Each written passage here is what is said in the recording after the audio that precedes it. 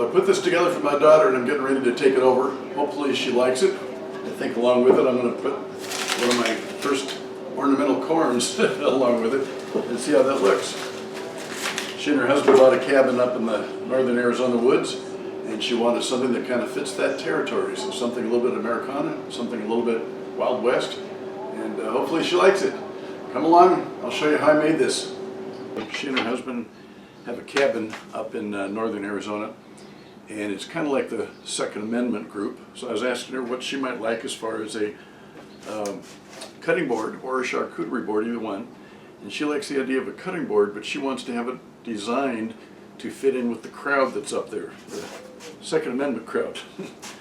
So she wanted it to be patriotic.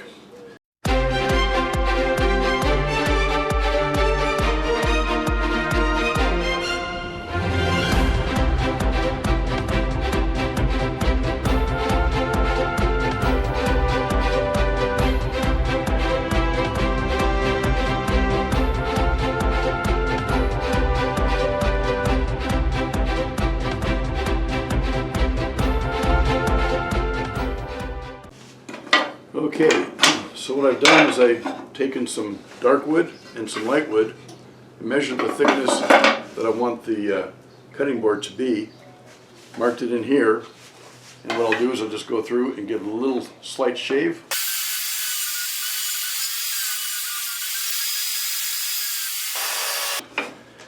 Let's see what these patterns look like. Also, please remember to like and subscribe to my channel so you can see more of these things, and then leave me some comments about what you'd like me to try. So this is kind of my idea.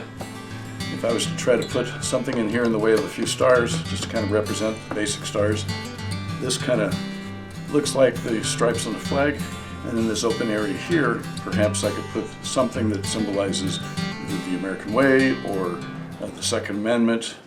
Well, some of you might not have seen this contraption before. This is a Pantograph Pro.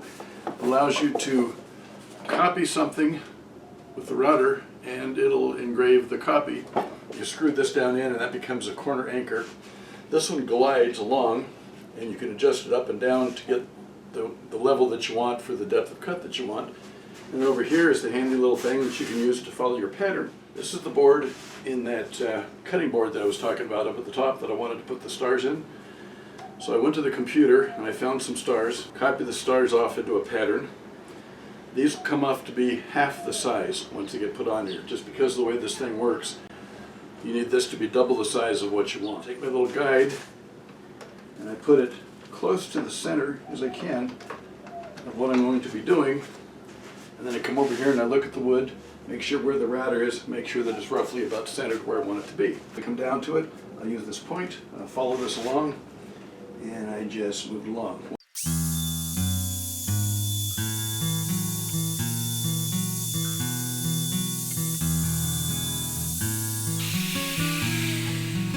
There's the first star. I won't bore you with watching the rest of it, but as you can see, there's the star that came into it. It might be going a little slow because it's burning it, but I can clean that up a little bit.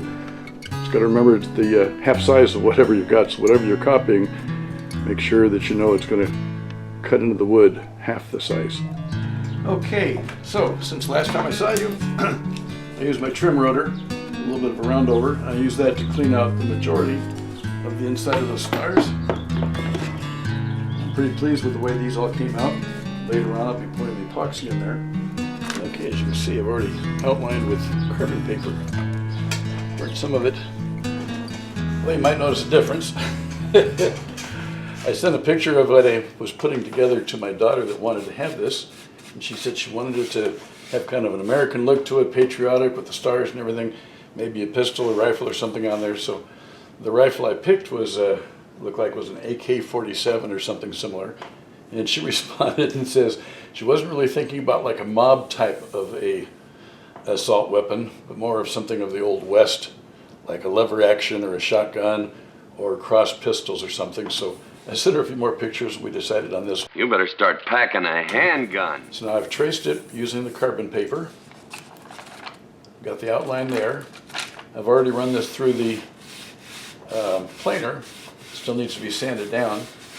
Got to run it through the planer. So I'm going to go ahead and do the nice Wood burning, cross that, fill this in nice.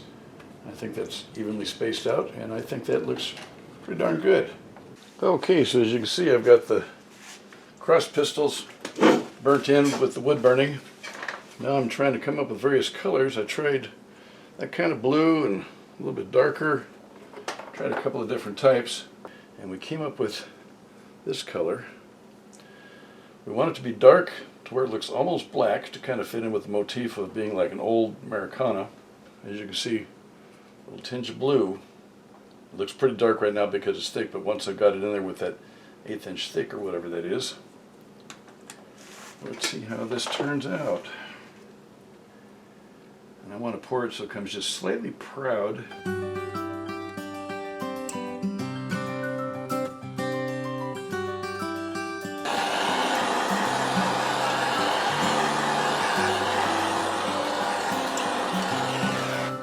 I'm liking it.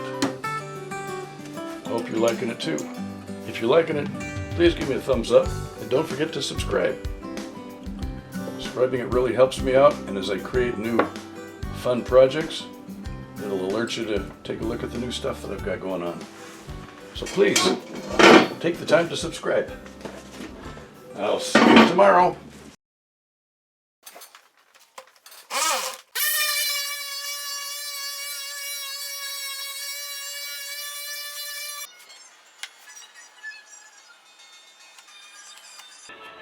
Well, I got my stars and stripes ready to do the juice groove around the outside. All four corners all screwed down so that they're going to hold nice and tight. I got these pieces of wood.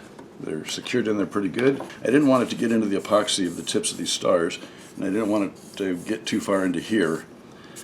And I didn't want it to get too close to the edge either, otherwise this little thin edge might be something that's easy to break. So I wanted to make sure I got enough meat on the outside, but still keep a little bit away from here in these.